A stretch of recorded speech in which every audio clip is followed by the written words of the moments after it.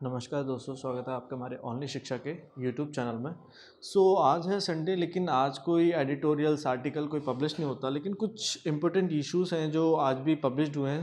देख लेते हैं कि कौन से इश्यूज़ हैं। बहुत छोटे छोटे इश्यूज़ हैं, तो देखते हैं। जो पहला इशू दिया गया है यहाँ पे, उसका नाम है what is the new side on supply chain. आज हम बात करेंगे जापान कंट्री द्वारा सप्लाई चेन को लेकर कुछ इनिशिएटिव लिया गया है। इस कोविड-19 से आज सभी इकॉनमी सेक्टर जितने भी हैं सब बंद है, जिससे इस कोविड-19 वायरस का स्प्रेड होना, जिसकी वजह से सभी कंट्रीज़ जो चाइना कंट्री के साथ अपना ट्रेड करते थे, आज सभी ने अपने ट्रेड पर एक फुल स्टॉप लगा दिया है। कोविड और चाइना एंड यूनाइटेड स्टेट के बीच में एक दूसरे द्वारा सेंक्शन लगाना ट्रेड्स पर, जिससे आज उन देशों की इकॉनमी पर ज़्यादा असर पड़ा है जो देश इन देशों के साथ मिलकर ट्रेड करते थे, जिनमें से जापान भी एक है। सप्लाई चेन के स्टॉप होने से ग्लोबली में इकॉनमी फॉल हो रही है, जिसके लिए जापान द्वारा सप्लाई चेन रेजिलियंस इनिशिएटिव को इनिशिएट किया गया है, जिससे ट्राइलेटरल ट्रेड होगा जापान, इंडिया और ऑस्ट्रेलिया कंट्री के बीच में शुरुआती दौर में। इससे ट्रेड बेनिफिट्स मिलेगा in supply chain resilience initiative में तीनों कंट्रीज़ को। लेकिन इस सप्लाई चेन रेजिलियंस इनिशिएटिव को स्टार्ट इसलिए किया जा रहा है जिससे इंटरनेशनल ट्रेड की अप्रोच होगी देशों के बीच में। होता क्या है कि जब एक कंट्री में कुछ आपदा मूवमेंट्स आ जाते हैं, जैसे कि वोल्केनो इरप्शन होना, सुनामी आना, अर्थक्वेक आना और महामारी के आने से, और कंट्रीज़ के बीच में वॉर होने से ज़्यादा नुकसान होता है कंट्रीज़ की इकॉनमी पर, जिसमें सप्लाई चेन स्टॉप हो जाती है, ट्रेड्स होना बंद हो जाता है और उन विक्टिम कंट्रीज़ की ट्रेड पर स्टॉप लगा दिया जाता है, जिससे इकॉनमी एक्टिविटीज़ पर अफेक्ट ज़्यादा पड़ता है। जिसके लिए ये सप्लाई चेन रेजिलियंस इनिशिएटिव काम करेगा उन देशों की सप्लाई चेन को मजबूत और हेल्प देने में। इस SCRI के जो कंट्रीज़ इसमें शामिल होंगी, जैसे कि जापान, इंडिया और ऑस्ट्रेलिया SCRI के पार्टनर्स होंगे। फिर बाद में एशियन और पैसिफिक नेशंस को भी इसमें ऐड किया जाएगा। इस कोविड-19 की महामारी से सप्लाई चेन के रुकने से आज जो कंट्रीज़ रॉ मटेरियल को चाइना से इंपोर्ट करती थी, इसके कारण उनके गुड्स की मैन्युफैक्चरिंग होना बंद हो गई है, जिससे इकॉनमी पर ज़्यादा असर पड़ता है। जैसे कि जापान द्वारा 2019 में $135 बिलियन के गुड्स को एक्सपोर्ट किया गया था चाइना में, जिसके लिए जापान द्वारा $169 बिलियन की वर्थ को कैप्चर्ड भी किया गया था। जापान द्वारा ज़्यादा से ज़्यादा इलेक्ट्रॉनिक और electric gears, machinery, nucleus reactors और बॉयलर्स ऐसे सेक्टर थे जिन्हें सबसे ज़्यादा इंपोर्ट किया जाता था। लेकिन चाइना के कोविड-19 के स्प्रेड होने से सप्लाई चेन को स्टॉप किया गया, जिससे जापान की इकॉनमी में फॉल आ रहा है और जापान के इंपोर्ट में फॉल आना शुरू हुआ फरवरी से। और दूसरा रीज़न रहा यूएस चाइना के बीच में जियोपॉलिटिकल टेंशन से और ट्रेड टेंशन्स के बढ़ने से, एक दूसरे के अगेंस्ट में हेट करने से आज दोनों देशों के बीच में कोई ट्रेड नहीं हो रहा है।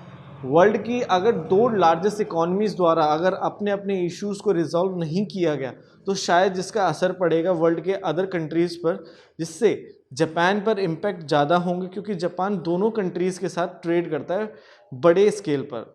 जापान द्वारा दोनों कंट्रीज़ की मार्केट में प्राइमरी गुड्स ऑयल से लेके आयरन और तक एक्सपोर्ट किया जाता है। लेकिन दोनों कंट्रीज़ के विवाद होने से शायद ये दोनों कंट्रीज़ अपने अपने इकॉनमी जोन्स को अलग अलग क्रिएट करेंगे, जिससे काफ़ी नुकसान होगा जापान को। जापान भारत में इन्वेस्ट करने वाला 4th लार्जेस्ट इन्वेस्टर है इंडिया का, जिसमें 2020 तक में $33.5 बिलियन की फॉरेन डायरेक्ट इन्वेस्टमेंट की गई है। और पिछले 12 सालों में इंडिया में जापान से गुड्स को इंपोर्ट करना काफ़ी ज़्यादा डबल हुआ है। 2019 में $12.8 बिलियन का इंपोर्ट किया गया इंडिया द्वारा गुड्स को, और इंडिया द्वारा $4.9 बिलियन के गुड्स को एक्सपोर्ट किया गया जापान में 2019 में।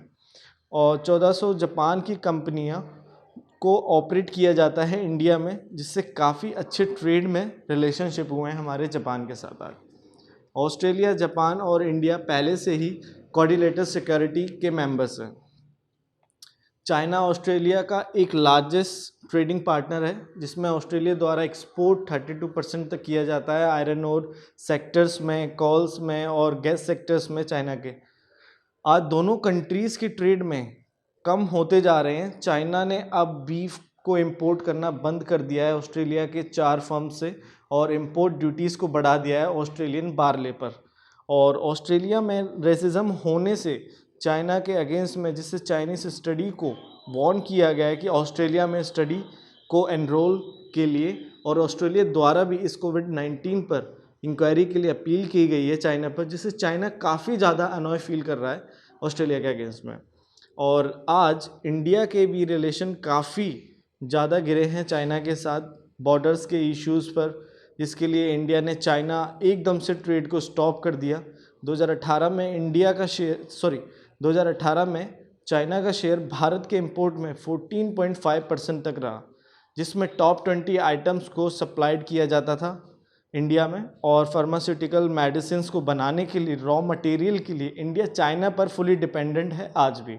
और इलेक्ट्रॉनिक सेक्टर्स में चाइना द्वारा इंडिया में 45% तक इंपोर्ट किया जाता है। चाइना की सप्लाई ऑफ गुड्स से इंडियन इकोनॉमी टोटली चाइना पर डिपेंडेंट थी। इस कोविड-19 की महामारी और बॉर्डर्स पर इशू होने से भारत के कई सेक्टर्स पर बहुत ज़्यादा ख़राब होते जा रहे हैं, जैसे medicine sector, automotive parts, electronic, chemical and textile sectors पर ज़्यादा असर पड़ा है। आज भारत सेल्फ रिलायंस की अप्रोच दे रहा है, इससे भारत की गुड्स की सप्लाई चेन को मजबूत बनाया जा सकता है।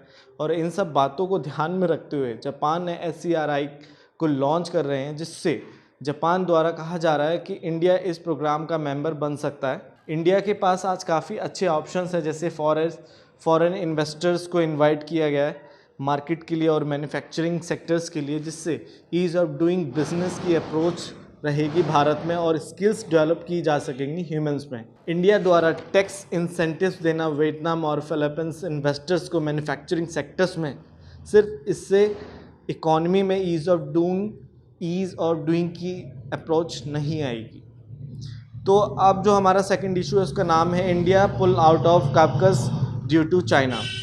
रिसेंटली में इंडिया द्वारा काप्कस 2020 की मल्टीनेशनल एक्सरसाइज जो रशिया में सितंबर में होने वाली है, जिसमें इंडिया द्वारा पार्टिसिपेशन किया जाता था इस एक्सरसाइज में, लेकिन अब इंडिया द्वारा इस एक्सरसाइज से विड्रॉ कर दिया गया।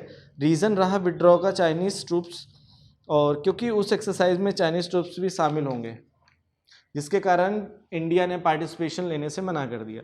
रशिया और इंडिया के बीच में काफ़ी अच्छे रिलेशन है, रशिया इंडिया का काफ़ी अच्छा दोस्त है काफ़ी लंबे समय से, जिससे चलते रशिया द्वारा इंडिया ने काफ़ी इंटरनेशनल एक्सरसाइजेज में पार्टिसिपेट किया है। लेकिन इस बार काप्कस 2020 में इंडिया पार्टिसिपेट नहीं करेगा इस पैंडमिक की महामारी के कारण, जिससे एक्सरसाइज में प्रॉब्लम आ सकती हैं। और दूसरा रीज़न है चाइना के ट्रुप्स भी इस एक्सरसाइज में पार्टिसिपेट करेंगे, जिससे इंडिया उस एक्सरसाइज का पार्ट नहीं बनना चाहता। काप्कस 2020 कमांड पोस्ट एक्सरसाइज को कस्कस 2020 कहा जाता है, जिसे सितंबर 15 से 26 तक हेल्ड किया जाएगा साउदर्न रशिया में अस्त्रखान में। इस एक्सरसाइज में पाकिस्तान, टर्की और शंघाई कॉरपोरेशन ऑर्गेनाइजेशन के मेंबर स्टेट्स द्वारा भी पार्टिसिपेट किया जाएगा। द हिंदू द्वारा 7 अगस्त की रिपोर्ट में इस एक्सरसाइज के लिए इंडिया रेडी था पार्टिसिपेशन के लिए, जिसके लिए 150 आर्मी पर्सोनल्स तैयार किए जा रहे थे, जिसमें कुछ पर्सोनल्स नेवी फोर्स के होंगे, एयरफोर्स के भी होंगे। इसके लिए फ़ंड तक दे दिया गया था इस एक्सरसाइज को करने के लिए, और पर्सोनल्स की प्रैक्टिस तक स्टार्ट करवा दी गई थी। अभी इस एक्सरसाइज के लिए डिनाई किया जा रहा है, लेकिन इंडिया द्वारा जून में विक्ट्री डे परेड, जिसे मॉस्को में हेल्ड किया गया था, जिसे 75th एनिवर्सरी पर वर्ल्ड वॉर सेकेंड की, जिसमें इंडियन मिलिट्री ने चाइनीज़ मिलिट्री के संग अदर मिलिट्री के साथ मार्च की थी। तो अब जो हमारा थर्ड इशू है वो है Xi Jinping calls for building impregnable wall for Tibet. China president द्वारा इस सैटरडे को सॉलिड डिफेंस बॉर्डर एक वॉल बनाने का प्लान लाया गया है, जिससे तिब्बत में स्टेबिलिटी बनाई जाएगी। और सेंट्रल कमेटी द्वारा तिब्बत के लिए कॉन्फ्रेंस पर कुछ स्टेप्स लिए जाएंगे, जिनसे तिब्बत पर चेंजेस आएंगे, जैसे तिब्बतन बुद्धिज़्म के कैरेक्टर्स को और उन्हें मॉडिफाई किया जाएगा, उनके वर्चुअल्स को चेंज किया जाएगा चाइनीज़ इन्फ्लुएंसेस के द्वारा। और गवर्नमेंट द्वारा पैट्रियटिज्म की एजुकेशन शुरुआत से ही स्कूल्स में स्टार्ट की जाएगी, जिससे चाइनीज़ का इन्फ्लुएंस ज़्यादा से ज़्यादा इंक्रीज़ होगा उन जगहों पर जहाँ पर सेपरेटिज्म है तिब्बत में। और सॉलिड बॉर्डर डिफेंस बनाई जाएगी, जिससे तिब्बत के बॉर्डर इंफ्रास्ट्रक्चर को स्ट्रॉन्ग किया जाएगा। और साथ ही में चाइनीज़ प्रेसिडेंट द्वारा हाईलाइटेड किया गया कि तिब्बत में पेट्रोलिज्म को बढ़ाया जाए, लोगों में यूनिटी हो, जिससे अपने नेशंस को लेके स्ट्रेंथन किया जाएगा नेशनल यूनिटी पर। इन सब के लिए वहाँ की पार्टी द्वारा कुछ स्टेप्स लिए गए हैं, जैसे कि देश के प्रति नेशन यूनिटी की आइडियोलॉजी को स्कूल्स में बच्चों की शिक्षा में स्टार्ट करना, उन्हें सिखाया जाएगा। तिब्बत में चाइना के प्रति प्रेम भाव की भावना के बीज को बोआ जा रहा है, जिससे जो लोग सेपरिज्म की अप्रोच करते हैं वहाँ, उन्हें चेंज किया जाएगा। और जो तिब्बतिज्म बुद्धिज़्म है उनके वर्च्यू में को प्रमोट किया जाएगा चाइनीज़ द्वारा। अथॉरिटीज़ द्वारा एंटी गैंग कैंपेन स्टार्ट किया गया है, जिससे लॉ और ऑर्डर मेंटेन किया जाएगा उन लोगों के अगेंस्ट में जो गवर्नमेंट के रूल्स को फॉलो नहीं करते। इस कैंपेन द्वारा कोर्ट्स में जो पर्सन के अगेंस्ट में गैंग क्राइम्स चार्जेस लगे होते हैं, उन्हें 9 साल तक की जेल दे दी जाती है। जैसे कि 2018 तक में 51 तिब्बतन को गैंग क्राइम चार्जेस के तहत हेल्ड किया गया था। और कुछ क्राइम्स ऐसे हैं जिन्हें स्प्लिटिज्म के अंदर रखा गया है, जैसे प्रोटेस्ट करना रिलीजियस के लिए, एनवायरनमेंट प्रोटेक्शन के इश्यूज़ पर, लैंड्स राइट्स पर, ऑफिशियल करप्शंस पर, इन सब पर स्प्लिटिज्म चार्जेस लगते हैं। तो आज हमने 3 इश्यूज़ को डिस्कस किया एंड आई होप आपको वीडियो अच्छी लगे। अगर आपको वीडियो अच्छी लगे please like, share and subscribe जरूर करें। Thank you very much.